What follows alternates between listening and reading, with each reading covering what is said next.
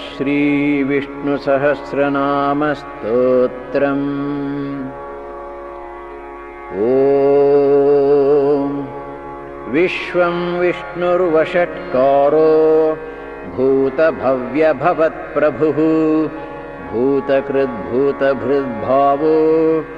भूतात्मा भूतभावनः भूतात्मा परमात्मा च मुक्तानां परमागतिः अव्ययः पुरुषः साक्षी क्षेत्रज्ञोऽक्षर एव च योगो योगविदां नेता प्रधानपुरुषेश्वरः नारसिंहवपुः श्रीमान् केशवः पुरुषोत्तमः सर्वशिवस्थाणुः भूतादिर्निधिरव्ययः सम्भवो भावनो भर्ता प्रभवः प्रभुरीश्वरः स्वयंभूः शम्भुरादित्यः पुष्कराक्षो महास्वनः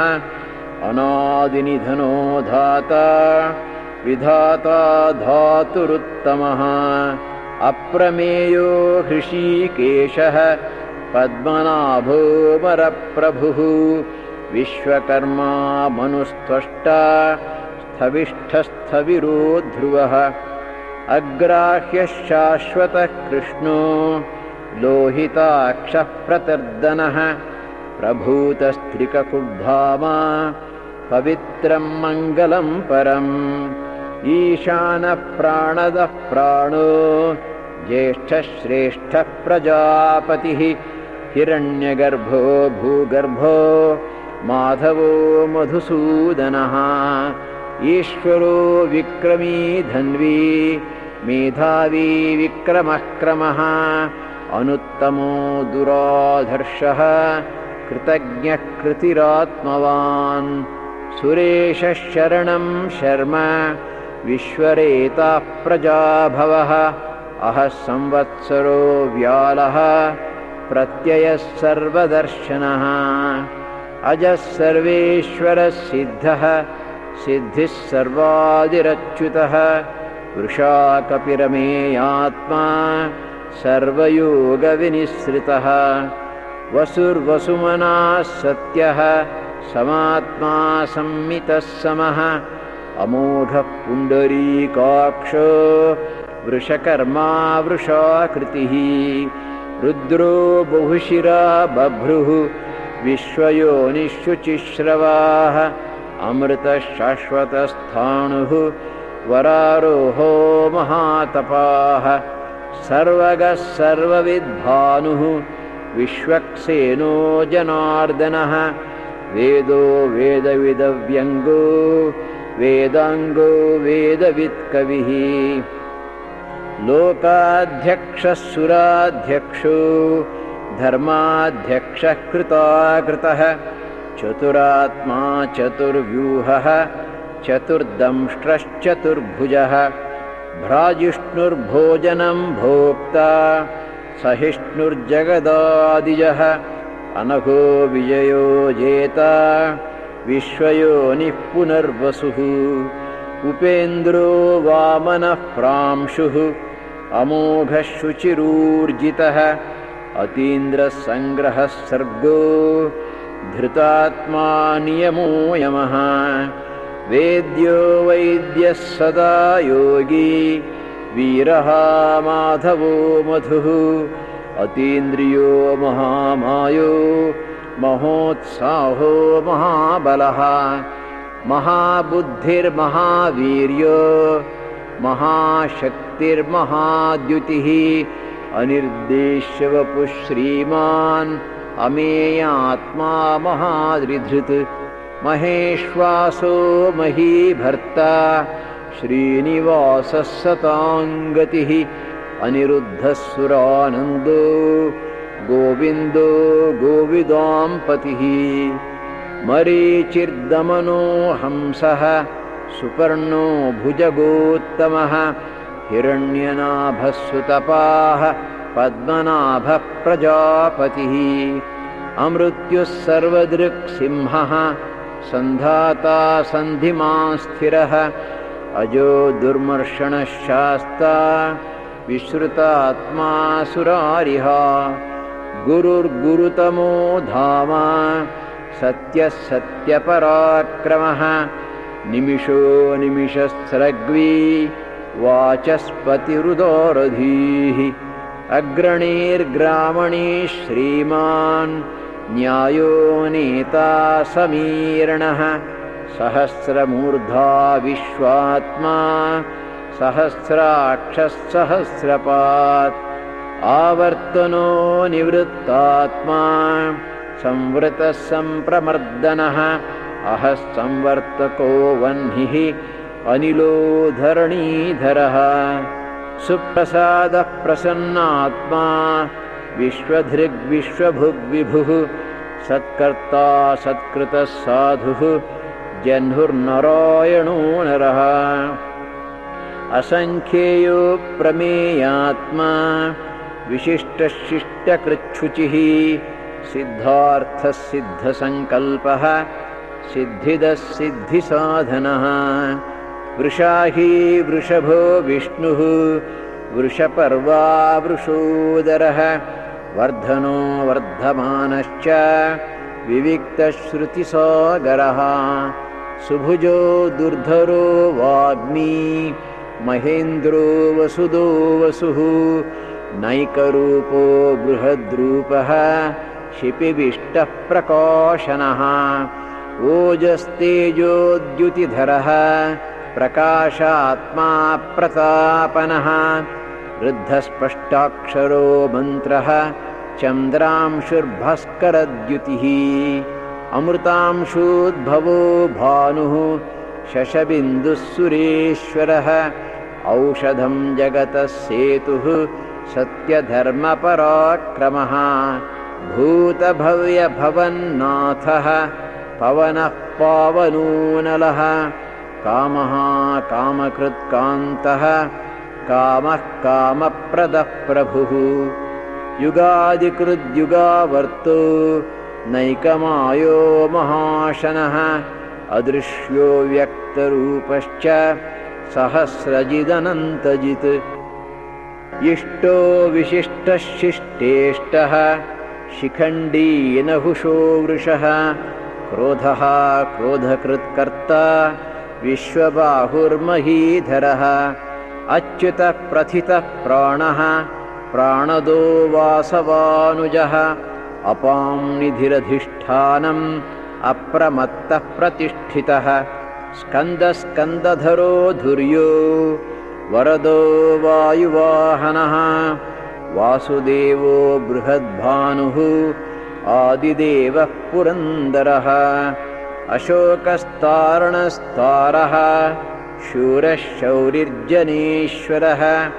अनुकूलशतावर्तः पद्मी पद्मनिभेक्षणः पद्मनाभोरविन्दाक्षः पद्मगर्भः शरीरभृत् महर्धिर्वृद्धो वृद्धात्मा महाक्षो गरुडध्वजः अतुलशरभो भीमः समयज्ञो हविर्हरिः सर्वलक्षणलक्षण्यो लक्ष्मीवान् समितिञ्जयः विक्षरो रोहितो मार्गो हेतुर्दामोदरः सहः महीधरो महाभागो वेगवान् अमिताशनः उद्भवक्षोभणो देवः श्रीगर्भः परमेश्वरः करणं कारणं कर्ता विकर्ता गहनो गुहः व्यवसायो व्यवस्थानः संस्थानस्थानदो ध्रुवः परर्धिः परमस्पष्टः तुष्टः पुष्टः शुभीक्षणः रामो विरामो विरतो मार्गो नेयो नयोनयः वीरशक्तिमतां श्रेष्ठो धर्मो धर्मविदुत्तमः वैकुण्ठः पुरुषः प्राणः प्राणदः प्रणवः पृथुः हिरण्यगर्भः शत्रुघ्नो व्याप्तो वायुरधोक्षजः ऋतुः सुदर्शनः कालः परमेष्ठी परिग्रहः उग्रः संवत्सरो दक्षो विश्रामो विश्वदक्षिणः विस्तारस्थावरस्थाणुः प्रमाणं बीजमव्ययम् अर्थोऽनर्थो महाकोशो महाभोगो महाधनः अनिर्विण्णस्थविष्टो भूः धर्मयूपो महामखः नक्षत्रनेमिर्नक्षत्री क्षमक्षामः समीहनः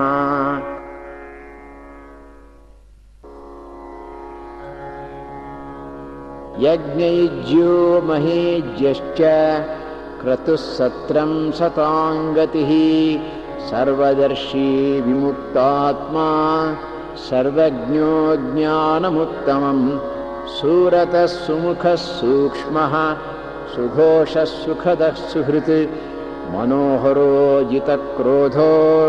वीरबाहुर्विदारणः स्वापनः स्ववशो व्यापी नैकात्मानैककर्मकृत् वत्सरो वत्सरो वत्सी रत्नगर्भो धनेश्वरः धर्मगुद्धर्मकृद्धर्मी सदसक्षरमक्षरम् अविज्ञाता सहस्रांशुः विधाता कृतलक्षणः गभस्तिनेमिः सत्त्वस्थः सिंहो भूतमहेश्वरः आदिदेवो महादेवो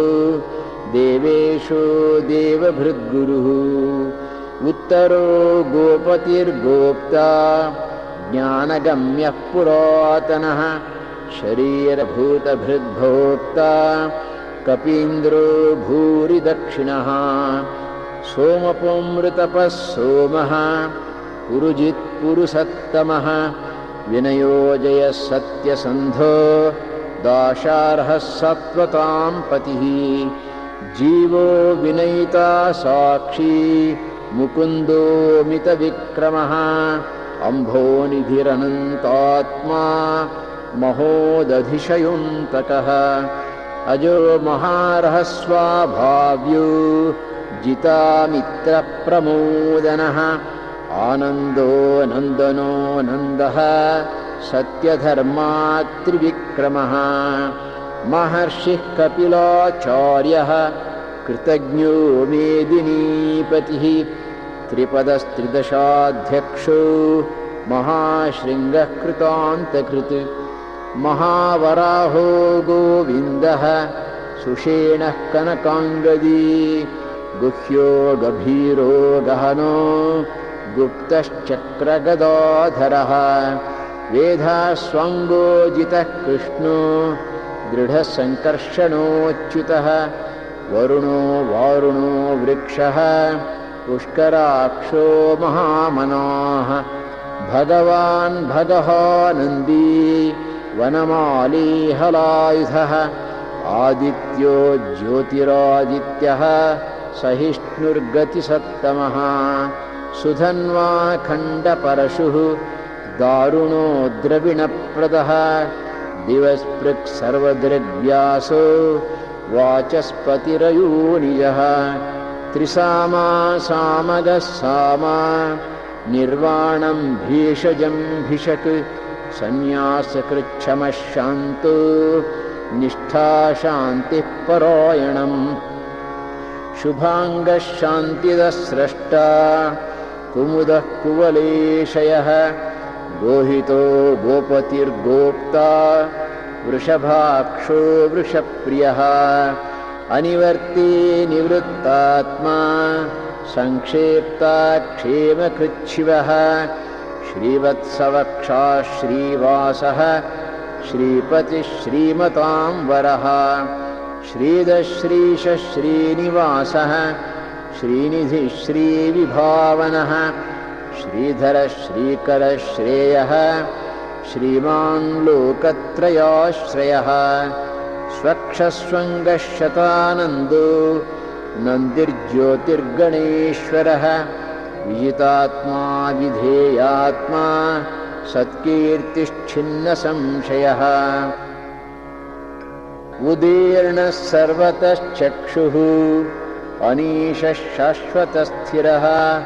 भूषयो भूषणो भूतिः विशोकशोकनाशनः अर्चिष्मान् अर्चितः कुम्भो विशुद्धात्मा विशोधनः अनिरुद्धो प्रतिरथः प्रद्युम्नोमितविक्रमः कालनेमिनिः वीरः शौरिशूरजनेश्वरः त्रिलोकात्मा त्रिलोकेशः केशवः केशिहो हरिः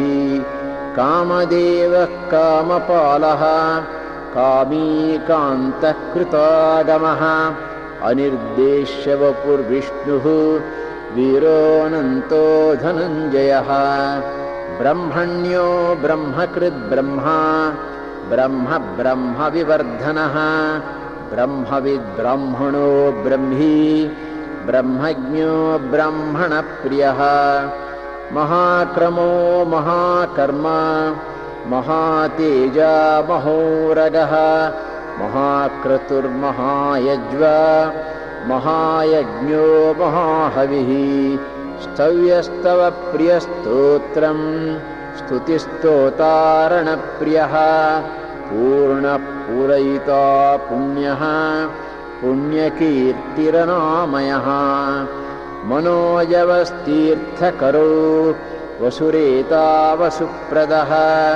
वसुप्रदो वासुदेवो वसुर्वसुमनोहविः सद्गतिः सत्कृतिः सत्ता सद्भूतिः सत्परायणः शूरसेनो यदुश्रेष्ठः सन्निवासः सुयामुनः भूतावासो वासुदेवः सर्वासुनिलयो नलः दर्पः दर्पदो दृप्तो दुर्धरोऽथा पराजितः विश्वमूर्तिर्महामूर्तिः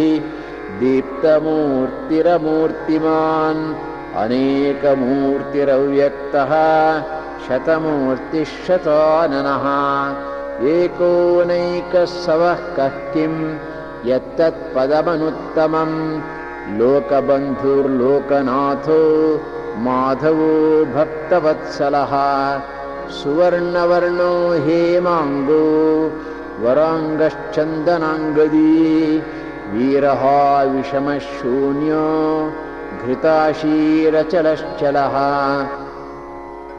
अमानी मानदो मान्यो लोकस्वामी त्रिलोकधृत् सुमेधा मेधजो धन्यः सत्यमेधाधराधरः तेजो वृषोद्युतिधरः सर्वशस्त्रभृतां वरः प्रग्रहो निग्रहो व्यग्रो नैकशृङ्गो गदाग्रजः चतुर्मूर्तिश्चतुर्बाहुः चतुर्व्यूहश्चतुर्गतिः चतुरात्मा चतुर्भावः चतुर्वेदविदेकपात् समावर्तो निवृत्तात्मा दुर्जयो दुरतिक्रमः दुर्लभो दुर्गमो दुर्गो दुरावासो दुरारिः शुभाङ्गो लोकसारङ्गः सुतन्तुस्तन्तुवर्धनः इन्द्रकर्मा महाकर्मा कृतकर्मा कृतागमः उद्भवः सुन्दरः सुन्दो रत्ननाभः सुलोचनः अर्को वाजसनः शृङ्गी जयन्तः सर्वविजयी सुवर्णबिन्दुरक्षोभ्यः सर्ववागीश्वरेश्वरः महाहृदो महागर्तो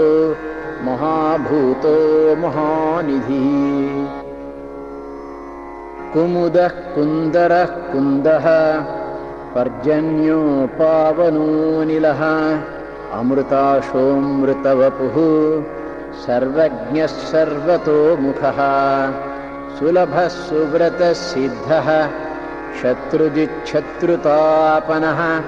न्यग्रोधोदुम्बरोऽश्वत्थः चाणूरान्ध्रनिषूदनः सहस्रार्चिः सप्तजिह्वः सप्तैधाः सप्तवाहनः अमूर्तिरनघोचिन्त्यो भयकृद्भयनाशनः अणुर्बृहत्कृशस्थूलो गुणभृन्निर्गुणो महान् अधृसस्वधृतस्वास्यः प्राग्वंशो वंशवर्धनः भारभृत्कथितो योगी योगीशः सर्वकामदः आश्रमश्रमणक्षामः सुपर्णो वायुवाहनः धनुर्धरो धनुर्वेदो दण्डो दमयिता-दमः अपराजितः सर्वसहो नियन्ता नियमो यमः सत्त्ववान् सात्विकः सत्यः सत्यधर्मपरायणः अभिप्रायः प्रियार्होर्हः प्रियकृत्प्रीतिवर्धनः विहाय स गतिर्ज्योतिः सुरुचिर्हुतभुग्विभुः रविर्विरोचनः सूर्यः सविता रविलोचनः अनन्तो हुतभुग्भोक्ता सुखदो नैकजोऽग्रजः अनिर्विण्णः सदामर्षी लोकाधिष्ठानमद्भुतः सनात्सनातनतमः कपिलः कपिरव्ययः स्वस्तिदः स्वस्तिकृत्स्वस्ति स्वस्तिभुक् स्वस्ति दक्षिणः अरौद्रः कुण्डलीचक्री विक्रम्यूर्जितशासनः शब्दातिगः शब्दसहः शिशिरः शर्वरीकरः अक्रूरः पेशलो दक्षो दक्षिणक्षमिणाम्बरः विद्वत्तमो वीतभयः पुण्यश्रवणकीर्तनः उत्तारणो दुष्कृतिः पुण्यो दुःस्वप्ननाशनः वीरः रक्षणः सन्तो जीवनः पर्यवस्थितः अनन्तरूपोऽनन्तश्रीः जितमन्युर्भयापहः चतुरश्रो गभीरात्मा विदिशो व्यादिशो दिशः अनादिर्भूर्भुवो लक्ष्मीः सुवीरो रुचिराङ्गदः जननो जनजन्मादिः भीमो भीमपराक्रमः आधारनिलयो धाता पुष्पहासः प्रजागरः ऊर्ध्वगः सत्पथाचारः प्राणदः प्रणवः पणः प्रमाणं प्राणनिलयः प्राणभृत्प्राणजीवनः तत्त्वं तत्त्वविदेकात्मा जन्ममृत्युजरातिगः भूर्भुवः स्वस्तरुस्तारः सविता प्रपितामहः यज्ञो यज्ञपतिर्यज्वा यज्ञाङ्गो यज्ञवाहनः यज्ञभृद्यज्ञकृद्यज्ञी यज्ञभुग्यज्ञसाधनः यज्ञान्तकृद्यज्ञगुह्यम् अन्नमन्नाद एव च आत्मयोनिस्वयं जातो वैखानः सामगायनः देवकीनन्दनस्रष्टा क्षितीशः पापनाशनः शङ्खभृन्नन्दकी चक्री शार्ङ्गधन्वा गदाधरः रथाङ्गपाणिरक्षोभ्यः सर्वप्रहरणायुधः सर्वप्रहरणायुध ॐ नमः।